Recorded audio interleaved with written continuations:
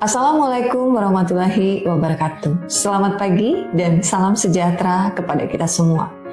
Perkenalkan, saya Nurti Yekagea NS MKep SP Kep A adalah sebagai salah satu dosen di program studi S1 Ilmu Keperawatan dan Pendidikan Profesi Nurse di Stikes Medistra Indonesia. Saat ini saya membuat video sebagai salah satu persyaratan sertifikasi dosen tahun 2026, khususnya dalam penyusunan dokumen pernyataan diri dosen atau PDD UKT-PT terkait unjuk kerja Tridharma Perguruan Tinggi dengan menggunakan metode DIA, yaitu Delivery, Interactions, and Assessment. Pada kesempatan ini, saya akan memaparkan salah satu mata kuliah yang saya ampu, yaitu mata kuliah Keperawatan Anak Sehat dan Sakit Akut. Mata kuliah ini adalah mata kuliah wajib yang saya ajarkan di semester genap, yakni semester 4, dengan bobot 4 SKS, terdiri dari 3 SKS teori dan 1 SKS praktik, dengan kode mata kuliah KEP 407W. Adapun deskripsi mata kuliah Keperawatan Anak Sehat dan Sakit Akut ini adalah berfokus kepada respon anak dan keluarga pada setiap tahap perkembangan, mulai dari lahir sampai akhir masa remaja, baik dalam keadaan sehat ataupun sakit akut, di masyarakat ataupun di rumah sakit, serta intervensi keperawatan, baik yang bersifat mandiri maupun kolaboratif. Mata kuliah ini juga merupakan integrasi dan penerapan ilmu keperawatan dasar dan ilmu dasar keperawatan yang membantu mengantarkan mahasiswa untuk mendalami tentang bagaimana melakukan asuhan keperawatan yang profesional holistik, memberikan pendidikan kesehatan, menjalankan fungsi advokasi bagi klien dan keluarga dengan menerapkan komunikasi efektif, serta membuat keputusan dengan mempertimbangkan aspek legal dan etik. Kegiatan belajar mahasiswa berorientasi pada pencapaian kemampuan berpikir sistematis, komprehensif, dan kritis dalam mengaplikasikan konsep dengan pendekatan proses keperawatan sebagai dasar penyesuaian masalah serta mengembangkan sikap profesional atau pengembangan soft skill melalui beberapa model pembelajaran yang relevan. Adapun capaian pembelajaran atau CPL pada mata kuliah Keperawatan Anak Sehat dan Sakit Akut ini adalah bahwa mahasiswa setelah diberikan artikel, e-book, materi atau kasus, maka mahasiswa mampu bekerja sama dan memiliki kepekaan sosial serta kepedulian terhadap masyarakat dan lingkungan. Melakukan komunikasi terapeutik dengan klien dan memberikan informasi yang akurat pada klien atau keluarga, pendamping atau penasehat untuk mendapatkan persetujuan keperawatan yang menjadi tanggung jawabnya. Menegakkan diagnosis keperawatan dengan kedalaman dan keluasan yang terbatas berdasarkan analisis data, informasi, dan hasil kajian dari berbagai sumber untuk menetapkan prioritas asuhan keperawatan. Melakukan studi kasus secara teratur dengan cara refleksi, telaah kritis, dan evaluasi, serta peer review tentang praktik keperawatan yang dilaksanakannya. Menguasai teknik dan prinsip keperawatan yang dilakukan secara mandiri ataupun berkelompok pada bidang ilmu keperawatan anak. Adapun CPMK dari mata kuliah Keperawatan Anak Sehat dan Sakit Akut antara lain adalah sebagai berikut. 1. Mampu menjelaskan, menyatakan pendapat tentang konsep keperawatan anak dalam konteks keluarga, konsep tumbuh kembang anak, mulai neonatus sampai dengan remaja dan permasalahannya, konsep komunikasi pada anak, konsep bermain pada anak, konsep imunisasi pada anak, konsep hospitalisasi atau traumatic care pada anak. Mampu menguraikan, menunjukkan, melaksanakan penilaian tumbuh kembang anak dengan menggunakan form MTBS, MTBM, dan DDST atau Denver 2. Ketiga, mampu melengkapi kasus, menyusun materi kasus sesuai dengan kasus penyakit pada anak. Keempat, mampu menyusun makalah keperawatan dan PowerPoint untuk dipresentasikan sesuai dengan kasus dan learning object pada kasus anak. 5. Mampu melakukan atau mendemonstrasikan prosedur pelaksanaan tindakan pemeriksaan fisik pada anak. 6. Mampu melengkapi topik PBL, menyusun materi PBL sesuai topik yang ditentukan. Mampu menyusun materi PBL sesuai topik dan mempresentasikan. Sistem perkuliahan dilakukan dengan cara hybrid, yaitu perpaduan tatap muka ataupun luring, baik kuliah di kelas, praktik simulasi di laboratorium, lapangan, di masyarakat, wilayah binaan, dan pembelajaran daring melalui platform Edlink, Reflective Journal, di mana mahasiswa dapat mengakses materi perkuliahan, mengunduh RPS, mengunggah tugas serta jurnal secara online. Adapun sistem penilaian mata kuliah ini meliputi indikator komponen evaluasi sebagai berikut. Penugasan yang terdiri dari tugas kelompok dengan bobot 20% dan tugas mandiri 20%, kuis dengan bobot 10%, ujian tengah semester atau UTS 25%, ujian akhir semester atau UAS dengan bobot 25%. Penilaian dilaksanakan secara objektif dengan berpedoman kepada indikator-indikator utama, yaitu penguasaan materi, tingkat partisipasi aktif, dan kemampuan analisis dalam menghadapi pembahasan kasus. Untuk selanjutnya, saya akan menyampaikan video pembelajaran mata kuliah keperawatan anak sehat dan sakit akut dengan topik konsep dan prosedur tindakan keperawatan, yaitu pemeriksaan fisik pada anak. Assalamualaikum warahmatullahi wabarakatuh. Waalaikumsalam warahmatullahi wabarakatuh. Selamat pagi dan salam sejahtera kepada kita semua. Apa kabar semuanya? Sehat? Sehat, Ibu. Oke, pada hari ini kita masuk kepada sesi pertemuan 5 ya. Nah, sebelum kita mulai dengan topik hari ini adalah konsep dasar melakukan pemeriksaan fisik pada anak ya, pada seluruh kelompok usia tentunya. Ada yang ingat kira-kira nih topik kita sebelumnya atau minggu lalu, kira-kira topiknya apa? Ada yang masih ingat? Saya, Ibu. Oke, silahkan. Saya Rasya, Bu. Pembelajaran sesi 4 ada pembahasan tentang topik komunikasi pada anak yang berdasarkan kelompok usia. Oke, betul sekali ya. Sebelum lanjut juga, ada nggak kira-kira yang mau mendeskripsikan secara singkat aja tentang topik tersebut? Perkenalkan, saya Indah. Saya izin menjelaskan tentang resume kita minggu kemarin. Jadi intinya pada saat kita komunikasi dengan pasien anak, kita harus memperhatikan rentang usianya seperti pada bayi ataupun toddler, prasekolah maupun remaja.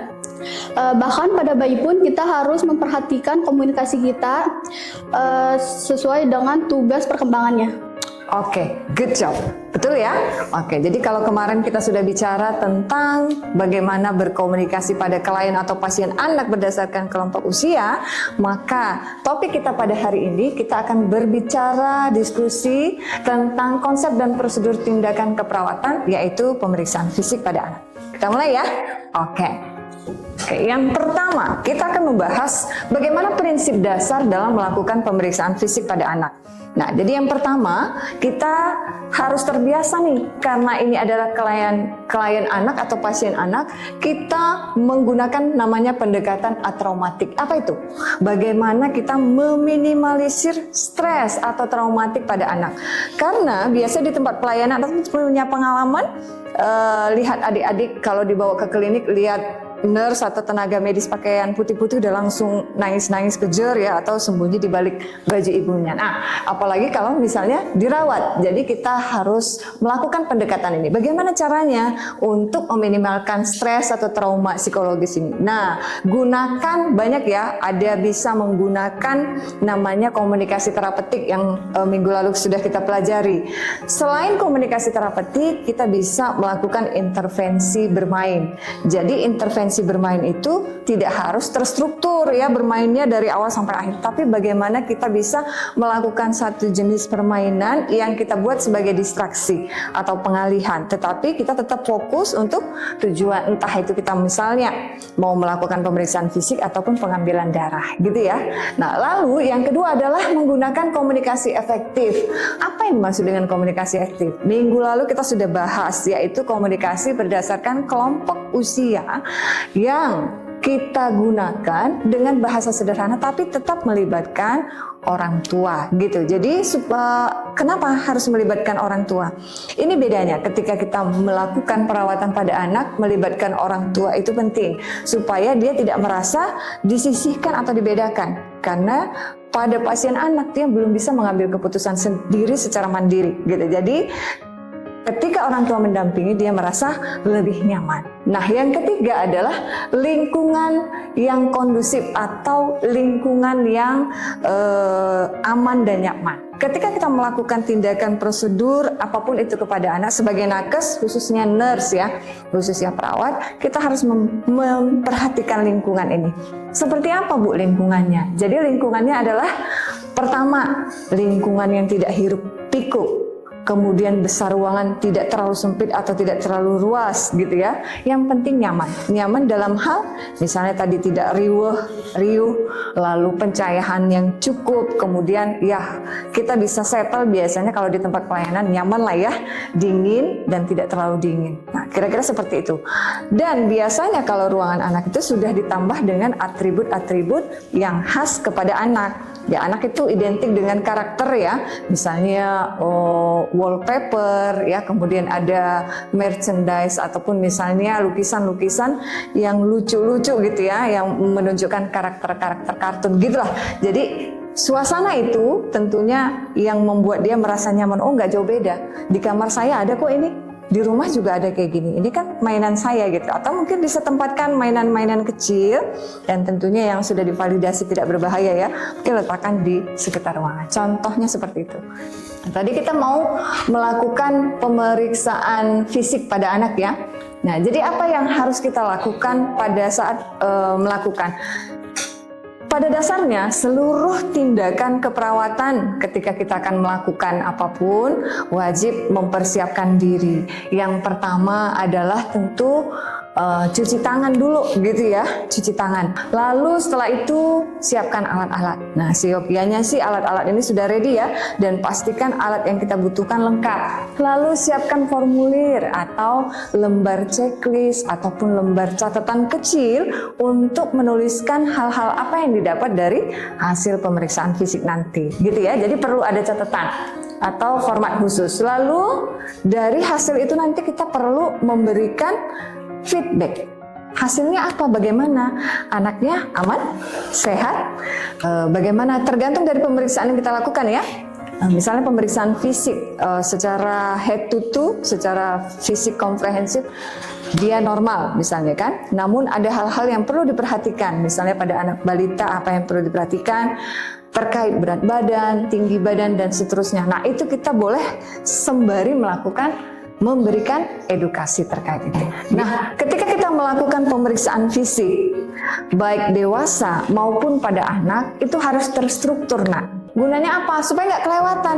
Tadi di area mata udah belum ya? Hidung, tenggorokan, mulut udah semua belum ya? Gitu. Jadi kita melakukannya secara terstruktur. Yang pertama adalah head to toe. Kalau boleh dari ujung rambut sampai ujung kaki, dari kepala sampai kaki. Nah, namun prinsip yang kedua yang perlu diperhatikan adalah melakukannya dengan cara IPAP gitu ya. Walaupun ini tidak terstruktur juga. Apa itu IPAP? Ini untuk mempermudah saja sebenarnya ya akronim. IPAP itu mulai dari inspeksi yang pertama, yaitu dengan melakukan pengkajian secara visual atau objektif. Jadi kita melihat, nggak ngapa-ngapain, kita melihat, mengamati, mengobservasi dengan mata kita. Lalu setelah itu palpasi. Nah, palpasi itu apa? Melakukan pendekatan dengan pemeriksaan dengan meraba, tapi bukan meraba-raba gitu ya. Jadi kita menggunakan kedua tangan kita ini untuk melakukan palpasi. Palpasi itu bukan sekedar meraba, tapi ada tekanan yang kita lakukan dengan menggunakan kedua telapak tangan kita ini pada area atau organ tubuh anak untuk memastikan apakah ada nyeri, misalnya ada pembengkakan, ada tonjolan pada bagian tubuh dan seterusnya gitu ya. Nah, setelah itu apa? Karena IPAP ya harusnya hanya duluan auskultasi. Nah, kenapa terakhir auskultasi? Kadangkala based on experience, pengalaman, enak auskultasi terakhir gitu loh. Auskultasi itu kan mendengar ya, walaupun akronimnya adalah IPAP ya. Jadi auskultasi itu adalah mendengarkan. Jadi kita menggunakan alat bantu biasanya stetoskop. Lalu perkusi. Nah, jadi perkusi ini adalah mengetuk. Jadi ketika kita mengetuk itu bukan menggunakan palu atau apa ya, tapi menggunakan jari kita. Sampai di sini boleh sambil lalu ada yang mau bertanya? Saya Ibu. Oke, silakan. Perkenalkan, nama saya Melati Octavia. Saya ingin bertanya Ibu, mengapa pemeriksaan fisik pada anak harus dilakukan secara komprehensif Ibu? Oke, baik. Pertanyaan yang bagus ya. Kenapa pemeriksaan fisik itu harus dilakukan secara komprehensif pada anak? Nah, pada umumnya pemeriksaan fisik general check-up itu memang harus dilakukan seluruhnya. Komprehensif itu artinya meliputi secara fisik head to toe. Komprehensif yang dimaksud adalah seluruh sistem bisa kita identifikasi melalui pemeriksaan fisik tersebut. Nah, jadi ketika kita melakukan head to toe, di kepala nih, head ada sistem apa saja yang ada di kepala? Gitu ya, ada sirkulasi, bisa kita lihat dari mata, kemudian dari mulut, ya, lidah dan seterusnya. Terus lalu kalau turun dari leher, ada sistem imunitas dengan melihat kelenjar tiroid dan seterusnya. Terus kalau di dada apalagi? Nah, penting melakukan pemeriksaan secara keseluruhan. Biasanya tidak harus pada anak yang sakit. Kenapa? Dengan melakukan pemeriksaan yang komprehensif seluruh sistem pada tubuh anak, maka kita bisa mengetahui dan mendeteksi secara dini jika ada permasalahan atau gangguan sebelum terjadi sakitnya. Gitu. Jadi, pemeriksaan komprehensif ini adalah salah satunya sangat diperlukan untuk mendeteksi dini dan mengetahui apakah anak mengalami kelainan ataupun penyakit-penyakit khusus yang bisa teridentifikasi sejak dini. Jadi jangan nunggu parah dulu gitu loh gejalanya. Itu ya. Bisa dipahami? Bisa Ibu. Terima kasih ya Ibu. Mantap. Kita lanjut dulu ya. Oke, kita masuk kepada proses pemeriksaan fisik. Nah, tadi kan pada prinsipnya melakukan pemeriksaan itu ada dua. Pertama head to toe secara terstruktur, komprehensif, lalu teknik melakukannya adalah IPAP. Tadi sudah ya. Nah, jadi apa yang dilakukan pada kepala dan leher? Nah, pada kepala dan leher kita bisa mulai dari menginspeksi melihat, yaitu dengan memeriksa bentuk kepala simetris enggak? Siapa tahu lebih gedean kiri atau kanan gitu ya. Atau ada benjolan enggak kira-kira? Mulai dari di kening, ya, kepala dan seterusnya. Ini kita masih lihat. Lalu rambut, mata, telinga, hidung, mulut dan leher itu masih satu paket area kepala. Kita perhatikanlah itu. Yang pertama simetris apa tidak, dua ada benjolan yang lain, jaringan yang lain nggak tumbuh yang tidak biasa. Even dari kepala sampai seluruh area wajah dan leher. Itu tadi ya, masih inspeksi. Lalu kita lakukanlah IPAP itu di seluruh bagian. Ya, jadi kepala sampai leher kita udah melakukan IPAP. Kalau di kepala ada yang mau diauskultasi nggak? Nggak, jadi berarti nggak harus seluruhnya ya, tergantung di bagian mana apakah butuh sampai auskultasi. Jadi harus dianalisis. Lalu setelah itu turun ke bawah, dada. Nah, dada dan sekaligus punggung. Ini kliennya bisa duduk ya, atau juga bisa berbaring karena kita sekaligus akan melakukan pemeriksaan pada area punggung. Nah, apa yang kita lihat di dada sama tadi kan ya. Kalau yang namanya ngelihat-lihat itu kita yang penting adalah melihat pertama dia simetris atau tidak. Nah, kalau tidak, selanjutnya adalah kita akan melihat pernapasan. Nah, pernapasan apakah normal sambil menginspeksi berapa normalnya kita hitung dari 1 menit pertama dan seterusnya. Kemudian bunyi napasnya baru kita gunakan auskultasi. Karena ini area dada, organ yang harus kita dengar banyak ya di dalamnya. Ada jantung dan paru-paru ya sekaligus. Maka kita bisa melakukan pemeriksaan atau mendengarkan bunyi napas, bunyi jantung, dan nanti punggung, struktur tulang punggung. Sekaligus kita bisa melakukan pemeriksaan ini, gitu ya. Setelah tadi ya IPAP. Lalu pada area punggung atau tulang belakang, karena dia tadi udah dada sekaligus ke belakang. Perhatikan simetris, ada benjolan atau tidak, kemudian tulang belakangnya bentuknya gimana? Apakah dia lurus normal atau bengkok seperti keluar ya? Nah, seperti huruf S disebut skoliosis atau ke dalam ya.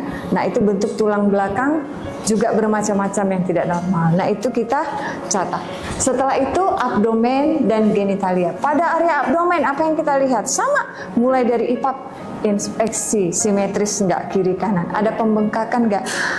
Pembengkakan ini bisa ada 2 hal, pembengkakan karena organ tubuh yang membesar dari dalam atau karena penumpukan cairan. Nah, selanjutnya genitalia. Nah, ini biasanya di akhir pemeriksaan karena ini bagian 1 privasi dan kita anggap yang kedua adalah bagian yang terkotor. Nah, biasanya kita lakukan terakhir. Lalu setelah itu apa? Ekstremitas. Nah, kita melihat ekstremitas itu ada 2, ekstremitas atas dan bawah. Oke, kesimpulan dan terakhir ya, bahwa ketika kita melakukan pemeriksaan fisik harus sistematik, kemudian menerapkan pendekatan otomatik, dan pemeriksaan fisik berguna untuk mendeteksi dini tentunya ya, mengidentifikasi awal apakah ada permasalahan kesehatan atau tidak, sekaligus tumbuh kembang yang awal ya, informasi tumbuh kembang awal bisa juga kita dapatkan, lalu kita harus berkolaborasi dalam pelaksanaannya dengan orang tua. Oke. Demikian untuk materi kita saat ini, semoga bisa dimengerti. Nah, untuk merefleksikan materi kita hari ini, saya akan bagi teman-teman ke dalam 4 kelompok dan saya akan memberikan 4 topik diskusi supaya dibahas, dan setelah itu nanti kita masuk kepada acara diskusi, gitu ya, untuk merefleksikan materi yang sudah saya berikan hari ini. Oke?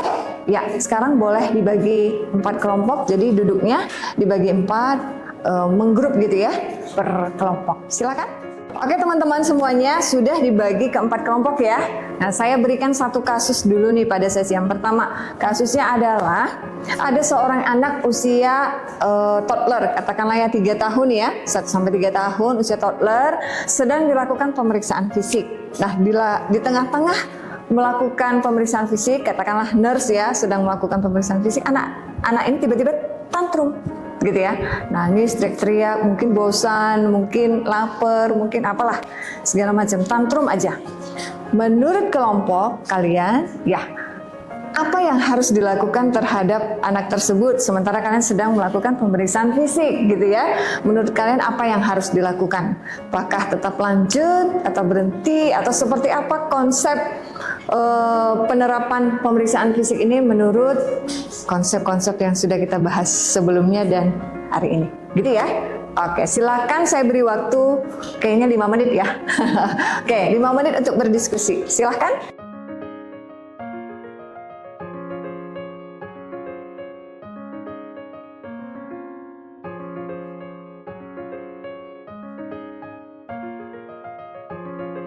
Oke, waktunya sudah 5 menit. Saya kasih pada kelompok pertama dulu untuk menjawab. Siapa?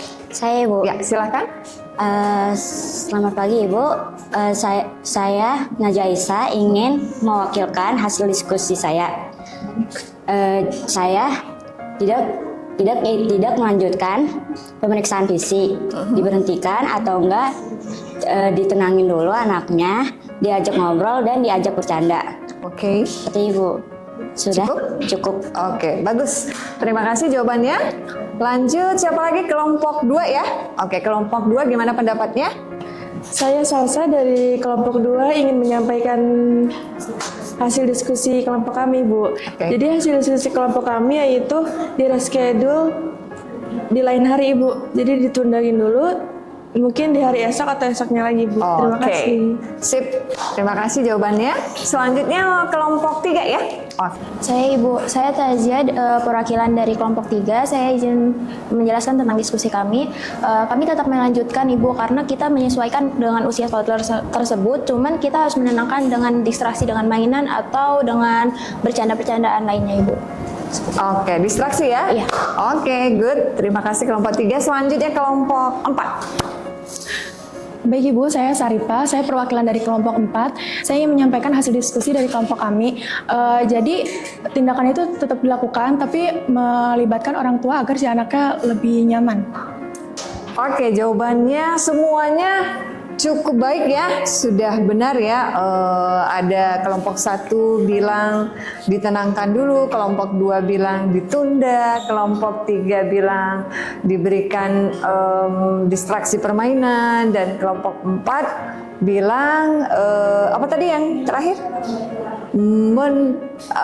Melibatkan orang tua. Oke, jadi ketika kita melakukan pemeriksaan fisik pada anak dan tiba-tiba anak tantrum, kita harus mengidentifikasi tantrumnya karena apa, gitu ya. Kalau misalnya sudah mendekati jam makan, lapar dong dia ya, atau misalnya dia haus, kita identifikasi, mungkin kita bisa jeda sebentar saja memenuhi kebutuhannya saat itu, dan kita bisa lanjutkan lagi. Nah, tapi kalau misalnya berhubungan dengan tiba-tiba sepertinya ada keluhan yang lain ya, sakit perut ya, kemudian tantrum, bosan ya. Nah, baru kita bisa memberikan intervensi. Kalau bosan, itu tadi kita harus pakai teknik yang lain, misalnya dengan distraksi atau membuat permainan kecil gitu untuk menarik perhatian kembali. Lalu bisa juga kalau pada usia yang lebih muda, toddler itu kan 1-3 tahun ya, satu itu maunya dilakukan pemeriksaan sambil ngelendot gitu loh, sambil nempel di ibunya. Nah, boleh kita dengan teknik yaitu melibatkan orang tua, boleh. Jadi misalnya sambil dipangku, sambil digendong, tapi kita tetap terus melanjutkan pemeriksaan fisik. Oke, baik. Jadi setelah acara sesi diskusi kita pada hari ini, maka topik kita yang sudah kita diskusikan bersama hari ini sudah selesai ya. Semoga teman-teman nanti bisa melanjutkan kembali, merewind kembali di kamar atau di tempat masing-masing gitu ya.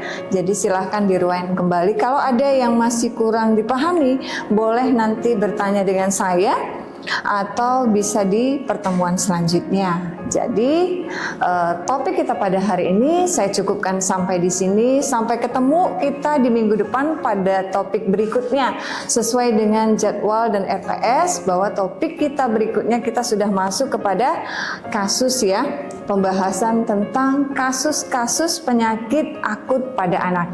Nah, jadi nanti materi akan saya share, silakan boleh dibaca-baca terlebih dahulu. Gitu ya. Oke, terima kasih atas atensi dan perhatiannya. Selamat siang. Assalamualaikum warahmatullahi wabarakatuh. Selamat siang semuanya.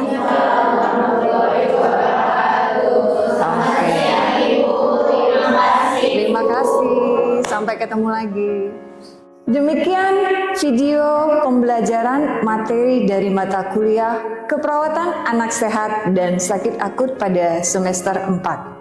Semoga video ini bisa menjadi bahan rekomendasi dan penilaian yang baik sebagai pengajuan sertifikasi dosen gelombang 1 tahun 2026. Terima kasih. Wassalamualaikum warahmatullahi wabarakatuh.